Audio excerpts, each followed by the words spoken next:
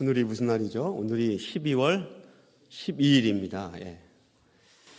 12월 12일 어떤 사건들이 역사적으로 있었을까요? 살펴보니까요, 1941년도 12월 12일 날 히틀러가 제국회의를 열어갖고 유대인들을 다 죽이겠다고 선언한 날이기도 합니다. 1948년도 12월 12일은 유엔에서 대한민국이 처음으로 유엔으로부터 합법적인 정부로 인정받은 날이기도 합니다. 그날이 바로 12월 12일입니다. 뿐만 아니라 여러분 잘 아는 것처럼 1979년도 12월 12일은 무슨 날입니까? 박정희 대통령이 서거한 이후에 군부 세력이 12.12 군사 반란을 일으킨 날이기도 합니다. 여러분 이렇게 역사적인 사건들을 이렇게 쭉 이렇게 열거하다 보면 12월 달 하면 어떤 사건들이 떠오릅니까? 이런 제가 이렇게 열거한 이러한 사건들이 여러분 혹시 기억나시는지 모르겠습니다. 근데 사실 이런 역사적인 사건들은 정치학자나 역사학자들이나 아마 생각할 법한 그런 일들입니다. 이런 과거의 사건들은 우리에게는 우리의 실생활 속에서는 그냥 흘러간 과거일 뿐입니다. 그러나 아무리 흘러간 과거로 할지라도 그 과거의 사건이 나에게 직접적으로 연관이 되어 있다면 아마 결코 잊혀지지 않을 것입니다. 그렇지 않겠습니까?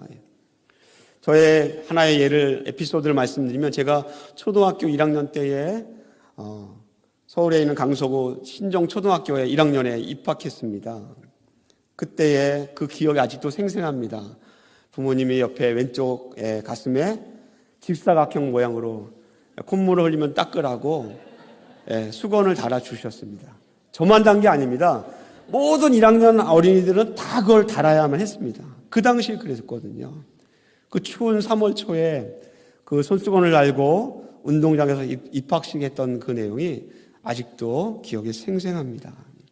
아마 여러분들도 그런 기억들이 추억의 보따리 한두 개 정도는 아마 있을 겁니다. 예배 끝나고 우리 다 같이 나가서 배육을 먹으면서 추억의 보따리 좀 풀어놓읍시다 이렇게 하면 아마 여기 계신 분들 가운데 시간 가는 줄 모르고 이야기의 보따리를 풀어내실 분이 적지 않을 것입니다.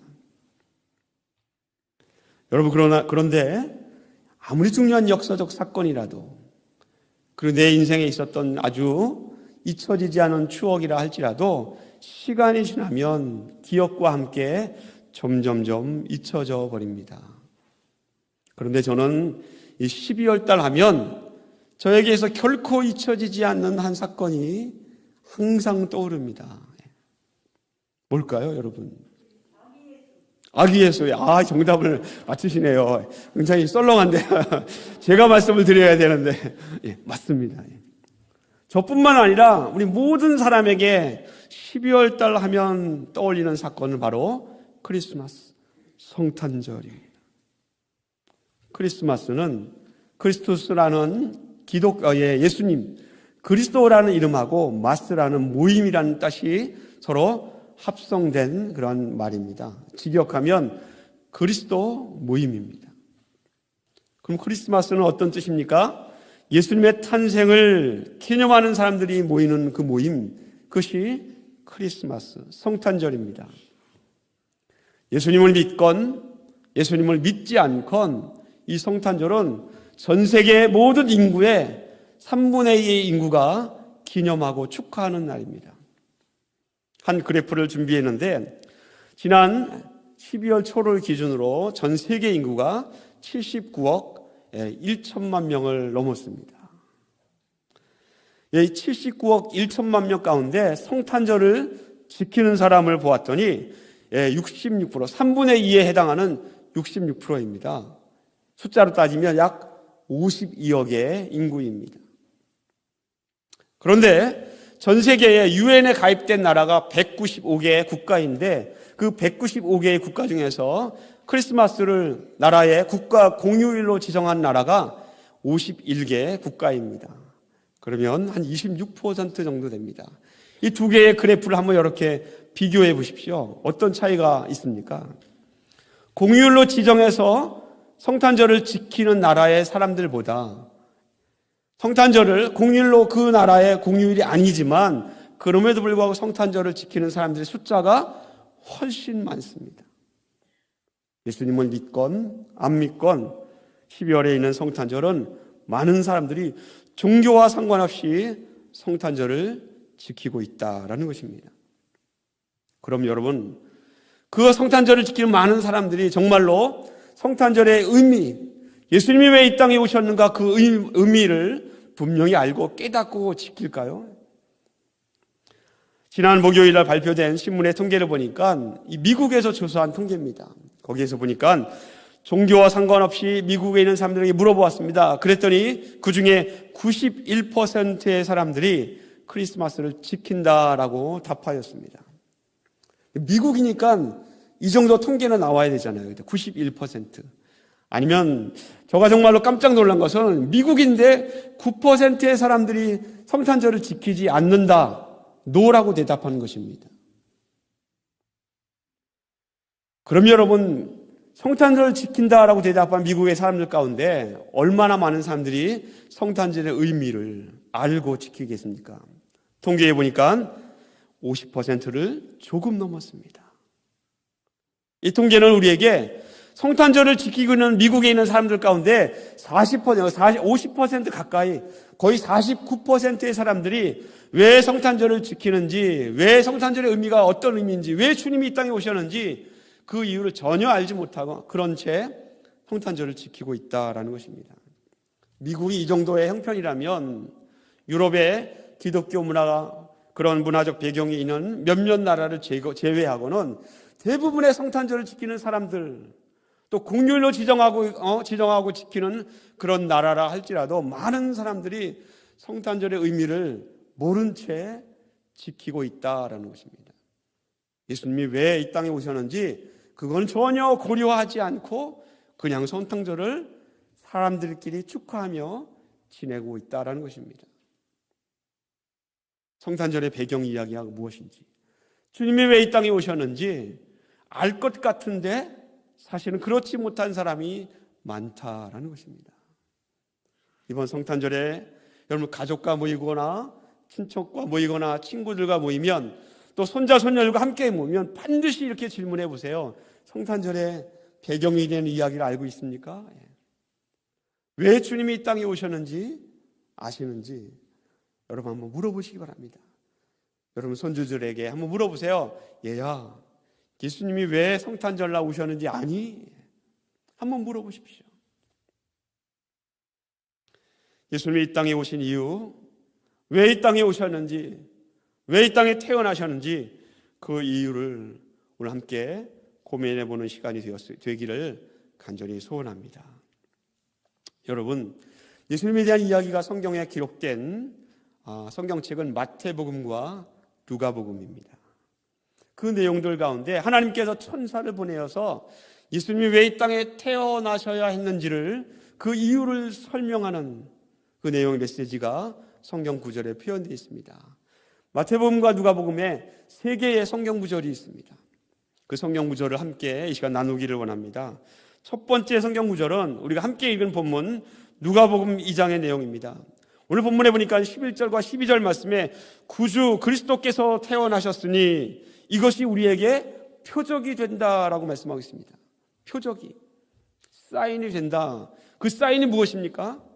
바로 2장 14절 말씀입니다. 지극히 높은 곳에서는 하나님께 영광이요, 땅에서는 하나님이 기뻐하신 사람들 중에 뭐라고요? 평화가 된다. 예수님이 이 땅에 오신 첫 번째 이유입니다. 세상에 우리에게 평화를 주시기 위해서 이 땅에 오셨다라는 것입니다. 주님이 이 땅에 오신 두 번째 이유는 마태복음에 기록되어 있습니다. 마태복음 1장 21절 말씀, 여러분도 잘 아는 말씀인데 우리 한번 다 같이 함께 읽어보겠습니다. 시작. 아들을 낳으리니 이름을 예수라 하라. 이는 그가 자기 백성을 그들의 죄에서 구원할 자이심이라 아니라. 아멘. 이름이 예수. 이 예수라 이름 가운데 예수님이 이 땅에 오신 두 번째 이유가 표현되어 있습니다. 무엇입니까? 자기 백성을 그들의 죄에서 구원하시기 위해서 이 땅에 오셨습니다. 죄에서 구원하시기 위해서. 마지막 세 번째로 예수님이 이 땅에 오신 그 이유가 표현된 성경 구절은 바로 이사야 선지자가 이사야서 7장 14절 말씀에 인용한 말씀을 마태가 그대로 성경에 인용하고 있습니다. 바로 마태복음 1장 23절의 말씀입니다. 그 말씀은 보라 처녀가 잉태하여 아들을 낳을 것이요 그의 이름은 임마누엘이라 하리라 하셨으니 이를 번역한즉 하나님이 우리와 함께 계시다 함이라. 아멘. 세 번째 이유입니다. 하나님이 우리와 함께 계시기 위해서. 그런데 이 이유들을, 이 나열된 이유들을 가만히 읽고 한번 생각해 보십시오. 예수님이 이 땅에 오신 이유가 가만히 생각해 보면 내가 예수님을 믿는 이유하고 별로 차이가 없습니다. 여러분 흔히 얘기할 때 교회에 다니십니까? 이 말은 곧 무슨 뜻이죠? 예수님을 믿으십니까? 라는 뜻입니다. 예수님을 믿습니까? 라고 얘기하면 교회에 다니십니까? 라는 뜻도 된다라는 것입니다. 마찬가지로 예수님이 이 땅에 오신 이유는 곧 내가 예수님을 믿는 이유하고 일맥상통하여서 뜻이 서로 통하고 있다라는 것을 우리가 볼 수 있습니다. 그럼 여러분 어떻게 대답할 수 있죠?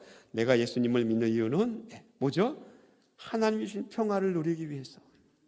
내가 예수님을 믿는 이유는 죄의 용서함을 받고 구원받기 위해서.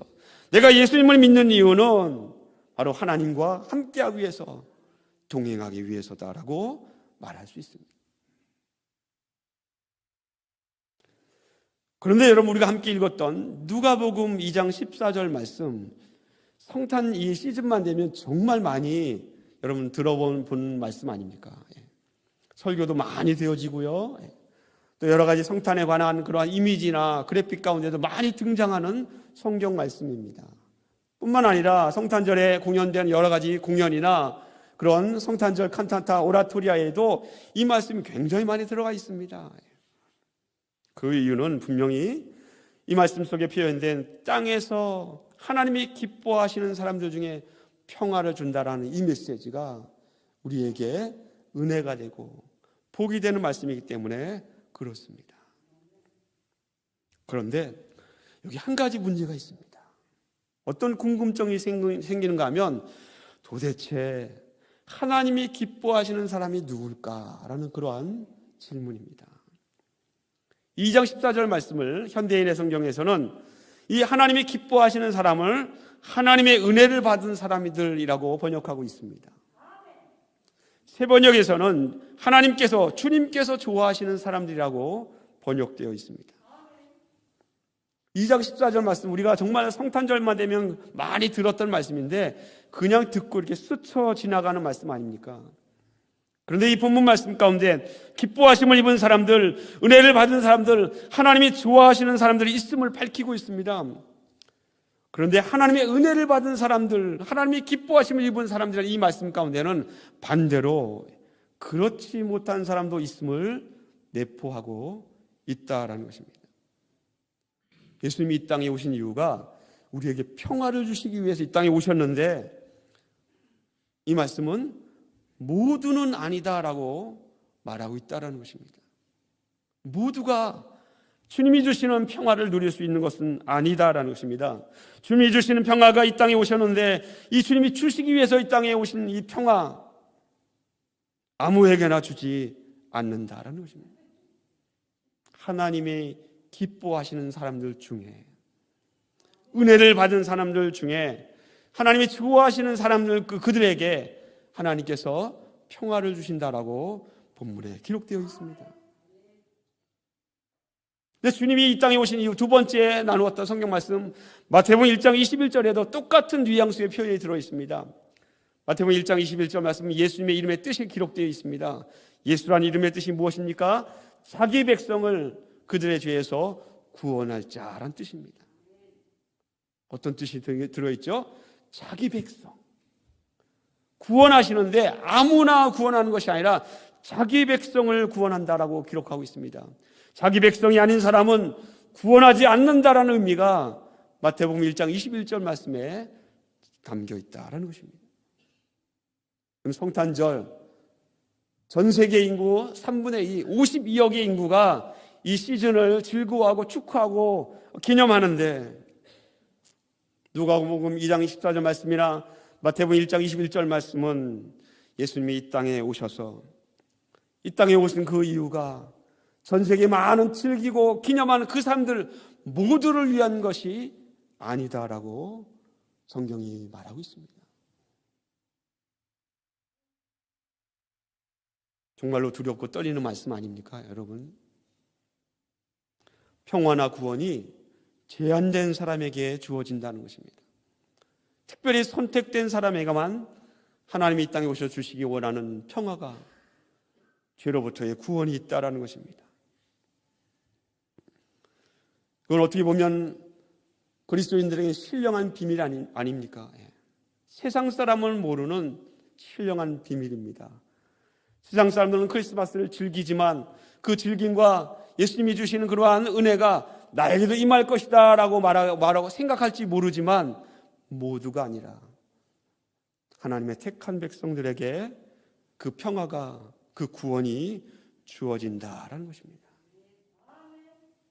그런데 이 신령한 비밀을 우리만 알고 있는 것이 아니라 또 특별히 아주 악한 자가 알고 있습니다. 그 악한 자가 누군가 하면 바로 사탄입니다. 그래서 사탄은 하나님의 사람들을 넘어뜨리기 위해서, 이 비밀을 알고 있는 사람들을 넘어뜨리기 위해서 온갖 방법을 동원하여서 사람들을 넘어뜨리려고 합니다. 때로는 가난을 통해서 넘어뜨리려고 하고, 때로는 궁핍함을 통해서 넘어뜨리려고 하고, 때로는 각종 질병을 우리에게 허락해 주어서 넘어뜨리려고 합니다. 때로는 핍박을 주고 박해를 일으켜서 우리를 넘어뜨리려고 한다는 것입니다. 세상이 믿는 자들을 미워함으로 그것을 통하여 하나님의 백성들을 실족하게 하려고 합니다. 사도 요한은 이 사단의 도전을 성경에 이렇게 표현하고 있습니다. 요한복음 15장 18절로 19절 말씀입니다. 세상이 너희를 미워하면 너희보다 먼저 나를 미워한 줄을 알라. 너희가 세상에 속하였으면 세상이 자기의 것을 사랑할 것이나 너희는 세상에 속한 자가 아니요 도리어 내가 너희를 세상에서 택하였기 때문에 세상이 너희를 미워하느니라. 할렐루야. 사단은 이미 2000년 전에 이 땅에 오신 예수 그리스도를 세상에 미워하도록 음모를 꾸민 적이 있었습니다. 그리고 사단은 지금까지 하나님을 믿는 사람들이 예수 그리스도를 영접하지 못하고 실족하도록 온갖 수단 방법을 다 동원하고 있습니다. 세상이 하나님을 믿는 성도들을 미워하도록 사단이 음모를 꾸미고 조작한다라는 것입니다. 여러분, 예수님께서 이 땅에 오신 첫 번째가 평화를 주기 위해서, 두 번째가 우리를 죄에서 구원하기 위해서 이 땅에 오셨는데, 이 거룩한 목적을 사단이 쥐어잡고 흔들려고 한다는 것입니다. 저와 여러분을 흔들고 있다라는 것입니다. 여러분, 어떻게 이 사단의 도전을 물리칠 수 있습니까? 깨뜨릴 수 있습니까? 여러분, 우물을 파는 것을 한번 생각해 보십시오. 해변가에서는 얕은 우물을 팔 수 있지만 물의 근원을 찾을 수 없는 저 내륙지방 아프리카 한가운데에서는 아주 깊게 굴착기를 동원해서 때로는 100m 이상 수백 미터까지 내려가서 암석을 뚫고 도의를 뚫고 모든 장애물을 뚫고 내려가야 몇백 미터에서 물을 끌어올릴 수 있는 우물을 발견할 수 있습니다. 사단의 도전을 이기기 위해서는 그냥 이길 수 있는 것이 아니라 사단의 도전을 깨뜨릴 수 있어야 됩니다. 어떻게 이 도전을 깨뜨릴 수 있겠습니까? 그렇다면 여러분 스스로에게, 자기 자신에게 한번 한 가지 질문을 던져보시기를 권합니다. 한번 따라해 볼까요? 나는 하나님의 기뻐하심을 입은 사람인가? 스스로에게 질문해 보십시오. 나는 하나님이 기뻐하시는 사람인가? 하나님의 은혜를 입은 사람인가? 하나님이 좋아하시는 사람인가? 적어도 하나님의 기뻐하심을 입은 사람이 되려면 하나님이 이렇게 보실 때 불편한 행동을 하지 않아야 하지 않습니까? 그렇죠? 시편 기자가 고백했듯이 악인들의 꾀를 따르지 아니하며 죄인들의 길을 서 있지 않고 오만한 자의 자리에 앉지 않는 사람이 최소한 되어야 합니다. 죄로부터 멀리 떨어져 있어야 하나님의 은혜를 받은 사람, 하나님의 기뻐하시는 사람이 될 수 있지 않습니까? 여러분께 따라하라고 말씀하면서 나는 하나님이 정말 기뻐하는 사람인가라고 질문해 보라고 했는데, 사실 이 질문의 정답은 이게 우리가 내릴 수 있는 정답이 아닙니다. 우리가 할 수 있는 것이 아닙니다. 왜냐하면 이 질문의 정답을 써내려가려면 하나님의 주권적인 선택에 이 질문의 정답이 달려있기 때문에 그렇습니다. 내가 정말로 하나님이 기뻐하는 사람인가? 하나님이 아신다는 것입니다. 우리는 죽었다 깨어도 완벽하게 하나님의 기쁨의 대상이 될 수 없습니다. 우리가 아무리 노력한다 할지라도 하나님이 우리에게 주시는 그 은혜를 우리 스스로 완성할 수 없다라는 것입니다. 우리 혼자만의 능력으로 하나님이 좋아하는 사람이 완벽하게 될 수 없습니다. 그런데 우리가 정답을 스스로 쓸 수는 없지만 정답에 근접할 수 있도록 하나님이 힌트를 주셨습니다. 그 힌트가 예수님이 이 땅에 오신 세 번째 이유에 해당하는 마태복음 1장 23절 말씀에 기록되어 있습니다. 23절에 보니까 이사야 선지자에게 하나님께서 하나의 예언될 이름을 말씀하고 있습니다. 그 이름이 무엇입니까? 임마누엘입니다. 이를 번역하니까 하나님이 우리와 함께 계시다. 여러분, 하나님이 우리와 함께 계시다, 이 말을 좀 다른 말로 생각해 보면 50주년이 된 우리 교회에서 올해 사진 앨범을 제작했지 않습니까? 여러분 다 받으셨죠? 혹시 못 받으신 분이 있다면 저 뒤에 준비되어 있습니다. 가실 때 다 가져가셔도 됩니다. 그 제목이 뭐죠? 책 제목이? 네, 동행입니다. 임마누엘, 하나님이 우리와 함께 계시다, 이 뜻이 바로 동행입니다. 여러분, 동행한다는 것이 무슨 뜻입니까? 우리는 동행에 대해서 이런 표현도 얘기하고 저런 표현도 얘기합니다. 하나님과 동행했다는 것에 대해서 많은 사람들이 에녹을 예로 듭니다. 에녹이 하나님과 동행하여서 죽음을 보지 않고 하나님께 가지 않았습니까? 에녹은 하나님의 뜻대로 행한 것, 하나님과 동행했다고 합니다. 하나님의 주신 그 사명을 잘 지켜낸 에녹, 하나님과 함께 살고 하나님과 교제하고 앉으나 서나 걸으나 뛰나 늘 하나님과 함께한 사람, 동행했다라고 얘기합니다. 그런데 동행에 대해서 아무리 얘기하고 해도 이런 생각이 듭니다. 내가 하나님과 정말 동행하고 있는가? 하나님과 동행하고 있다는 것을 직접 몸으로 생생하게 내가 체험하고 있는가? 그 질문을 나에게 던져본다면 왠지 이게 딱히 하나님과 동행한다라고 확신 가운데 있지 못하다라는 것입니다. 아마 여러분 가운데에 이 하나님과 동행했던 경험이 있는 분들은 아마 동행이라는 단어만 얘기하면 아마 분명히 그 뜻을, 의미를 충분하게 이해할 것입니다. 그러나 아쉽게도 이 시간에 동행을 경험한 사람들보다 하나님과의 동행을 경험하지 못한 사람들이 우리 가운데 더 많다는 것이 이 시대를 살고 있는 우리 그리스도인들의 신앙의 현 주소입니다. 그래서 저는 여러분께 동행에 대해서 한 가지 이야기를 더 얹고자 합니다. 하나님과 동행한다는 것이 뭘까? 어떤 뜻일까라는 것입니다. 여러분, 성경에서 하나님과 사람 사이의 커뮤니케이션, 최초의 쌍방간의 대화가 어디에 여러분 나올까요? 창세기 1장 28절에 보니까 생육하러 번성하라라고 하나님이 말씀하셨지만 이 말씀은 하나님이 우리에게 주신 일방적인 명령입니다. 쌍방간의 대화가 아닙니다. 창세기 2장 23절에도 아담이 하와가 등장했을 때에 이는 내 뼈 중에 뼈여 살 중에 살이라 라고 이렇게 감탄합니다. 이것도 쌍방간의 대화가 아니죠. 그렇기 때문에 커뮤니케이션이 아닙니다. 독백이라고 볼 수 있습니다. 성경에 등장하는 쌍방간의 대화가 처음 등장하는 것은 안타깝게도 하나님과 사람 사이의 대화가 아니라 뱀으로 등장한 사탄과 사람 사이의 대화입니다. 바로 창세기 3장에 인간이 타락할 때에 하와와 뱀이 대화하는 내용이 성경에 기록되어 있습니다. 그러면 하나님과 사람 사이의 대화는 어디에 등장하겠습니까? 어디일까요? 바로 창세기 3장 9절로 10절 말씀입니다. 이렇게 기록되어 있습니다. 여호와 하나님이 아담을 부르시며 그에게 이르시되 네가 어디 있느냐? 이르되 내가 동산에서 하나님의 소리를 듣고 내가 벗었으므로 두려워하여 숨었나이다. 하나님이 죄를 지은 아담을 부르셨습니다. 그리고 하나님의 부르심에 아담이 대답하였습니다. 이 9절로 10절 말씀이 하나님과 사람 사이에 최초로 등장하는 성경의 커뮤니케이션, 쌍방간의 대화입니다.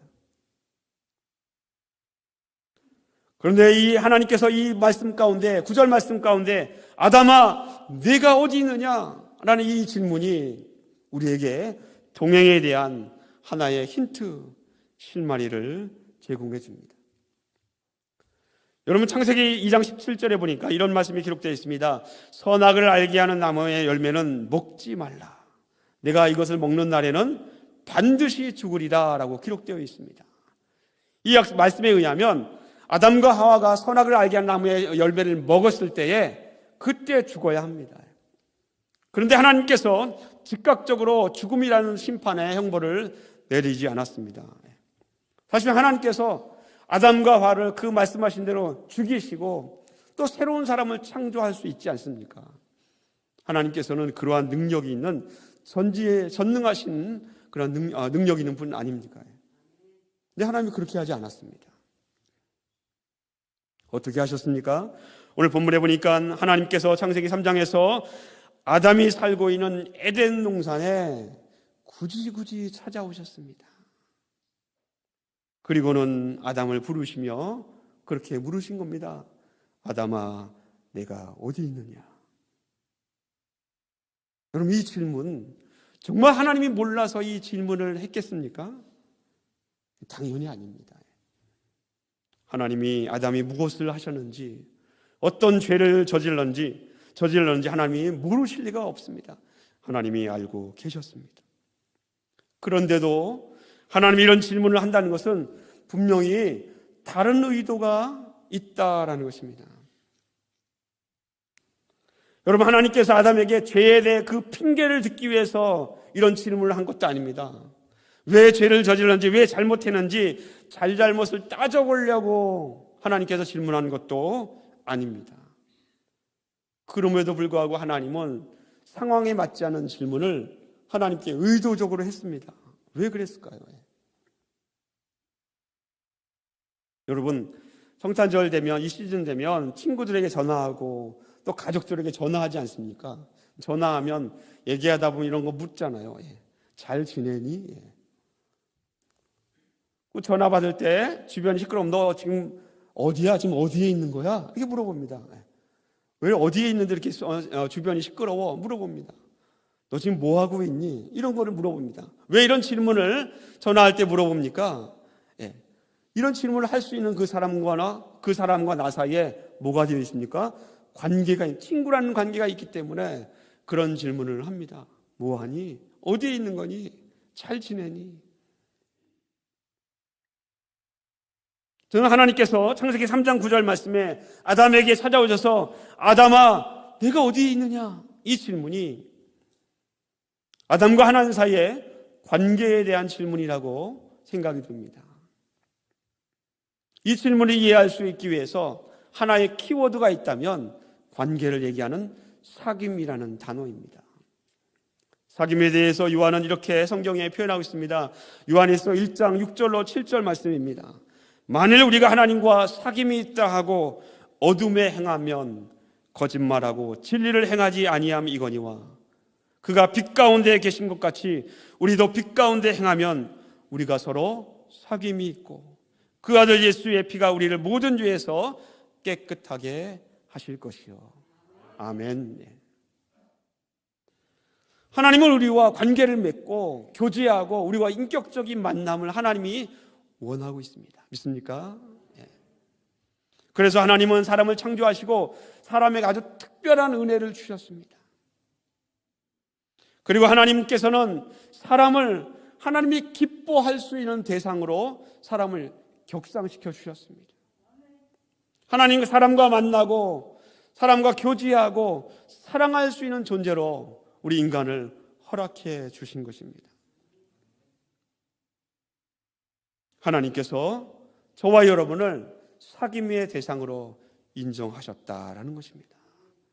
그런데 창세기 3장의 죄의 기록은 하나님과 사귐과 교제와 그 만남의 관계를 누가 깨뜨렸습니까? 빛 가운데 행하지 않고 어둠 가운데 행했던 그 죄가 하나님과의 관계를 산산히 부서뜨리고 말았습니다. 인간이 저지른 죄가 하나님과의 관계를 부서뜨리고 말았다라는 것입니다. 죄로 말미암아 하나님과 틀어진 이 관계, 그 관계의 상태에 있을 때 하나님께서 아담에게 다가오셔서 깨어진 관계에 있는 그 아담에게 물었던 질문이 9절 말씀, 아담아 내가 어디 있느냐, 이 질문 아닙니까? 하나님께서 이 질문을 아담에게 하셨을 때에 어쩌면 아담이 하나님 잘못했습니다, 그렇게 용서를 구할 것을 하나님께서 염두에 두셨는지도 모릅니다. 만약 아담이 하나님께 하나님 잘못했습니다라고 죄를 고백했다면 요한에서 1장 이 말씀처럼 예수의 피가 우리의 죄를 깨끗해 하신다는 것처럼 하나님께서 그 시간에 아담의 용서의 간구를 들어주시고 그 죄를 용서해 주셔서 아담과의 관계, 그 사귐의 관계가 다시 회복될 수 있도록 하나님께서 허락해 주셨을지도 모릅니다. 사랑하는 성도 여러분, 내가 어디 있느냐? 여러분에게 하나님께서 지금 아무개야 내가 어디 있느냐? 그런 질문을 한다고 하면 여러분 한번 생각해 보십시오. 만약에 하나님께서 지금 이 시간에 저에게 내가 어디 있느냐라고 질문해 보신다면 저는 아마 매우 두려울 것 같습니다. 다행스럽게도 12월 10일 오늘 이 자리에 앉아서 예배를 드리는 자리에 있으니까 하나님 제가 예배 드리는 자리에 있습니다 라고 대답할 수 있다면 정말 복 중의 복입니다. 그런데 만약 제가 부끄러운 자리에 있을 때 하나님께서 내가 어디 있느냐라고 질문한다면 저는 두려울 수밖에 없습니다. 제가 죄를 지는 자리에 있을 때 하나님께서 호준아 내가 어디 있느냐라고 물어보신다면 저는 아마 아담처럼 두려워서 숨었을 것입니다. 사랑하는 성도 여러분, 주님께서 이 땅에 오셨습니다. 그리고 마태복음 1장 23절 말씀에 임마누엘이라는 이름을 통해서 하나님이 우리와 함께 하신다고 약속하셨습니다. 하나님은 우리와 함께 하신다. 이 약속의 말씀이 아무리 사단이 도전할지라도, 아무리 사단이 우리를 넘어뜨리려고 할지라도 그것을 견디고 돌파해내고 이겨낼 수 있는 믿음과 소망의 근거가 되는 말씀 아닙니까? 하나님이 우리와 함께 하시리라. 이 말씀이 세상의 도전 속에서 세상이 아무리 우리를 미워한다 할지라도, 사단이 아무리 음모와 계략을 짜고 믿는 자들을 넘어뜨린다 할지라도 이겨낼 수 있고 하나님이 나와 함께 하신다는 약속의 말씀을 붙들고 나갈 수 있는 그런 믿음의 놀라운 소망과 믿음의 용기가, 믿음의 능력이 저와 여러분에게 풍성하게 있기를 예수님의 이름으로 간절히 축원을 드립니다. 네. 여러분, 성경에 보니까 이런 이야기가 기록되어 있습니다. 사무엘상에 어린 소년 사무엘이 등장합니다. 그런데 하나님께서 사무엘을 부르십니다. 첫 번째 부르고, 두 번째 부르고요, 세 번째 불렀을 때에 사무엘이 하나님의 음성을 듣고 이렇게 대답합니다. 사무엘상 3장 10절로 11절 말씀입니다. 여호와께서 임하여 서서 전과 같이 사무엘아 사무엘아 부르시는지라. 아담에게 네가 어디 있느냐 불렀던 것처럼 사무엘을 불렀습니다. 그랬더니 사무엘이 대답하여 이르되 말씀하옵소서 주의 종이 듣겠나이다 라고 대답하였습니다. 그랬더니 하나님이 사무엘에게 여호와께서 사무엘에게 이르시되 보라 내가 이스라엘 중에 한 일을 행하리니 그것을 듣는 자마다 두 귀가 울리리라. 아멘. 사랑하는 성도 여러분은 하나님이 부르실 때에 하나님이 아담을 부르신 것처럼 여러분을 부르실 때에 그 부르심에 대답하십시오. 내가 어디 있느냐라고 찾으실 때에 그 부르심에 응답할 수 있는 우리 중앙가족들 되시기를 예수님의 이름으로 축원을 드립니다. 여러분 부르실 때에 숨지 마십시오. 부를 때에 숨으면 하나님과 동행할 수 없습니다. 부르심에 응답할 때에 그럴 때에 저 깊은 지하 속에 있는 생수를 끌어올릴 수 있는 것처럼 그 부르심에 응답할 때에 하나님과 동행함을 통하여서 세상을 이기고 믿음으로 승리할 수 있는 하나님이 우리와 함께 하시는 사람, 하나님이 기뻐하시는 사람, 하나님이 평화를 주시는 사람, 하나님이 구원하시는 사람, 믿음의 사람이 될 수 있음을 여러분 믿으시길 예수님의 이름으로 간절히 축원을 드립니다. 여러분 주님께서 이 땅에 오셨습니다. 무엇을 위해서? 우리에게 평화를 주시기 위해서. 예수님이 이 땅에 오셨습니다. 왜? 우리를 죄 가운데서 구원하시기 위해서. 주님이 이 땅에 오셨습니다. 왜? 하나님이 우리와 영원히 함께 하신다는 이 약속의 말씀, 이 말씀을 지키시기 위해서 주께서 이 땅에 오셨습니다. 그렇다면 여러분 가만히 머물러 있지 않고 부르심에 응답하여 하나님과 동행하십시오. 그 행동의 출발점, 그 출발점에서 여러분 스스로에게 물어보시기 바랍니다. 나는 도대체 어디에 있는가?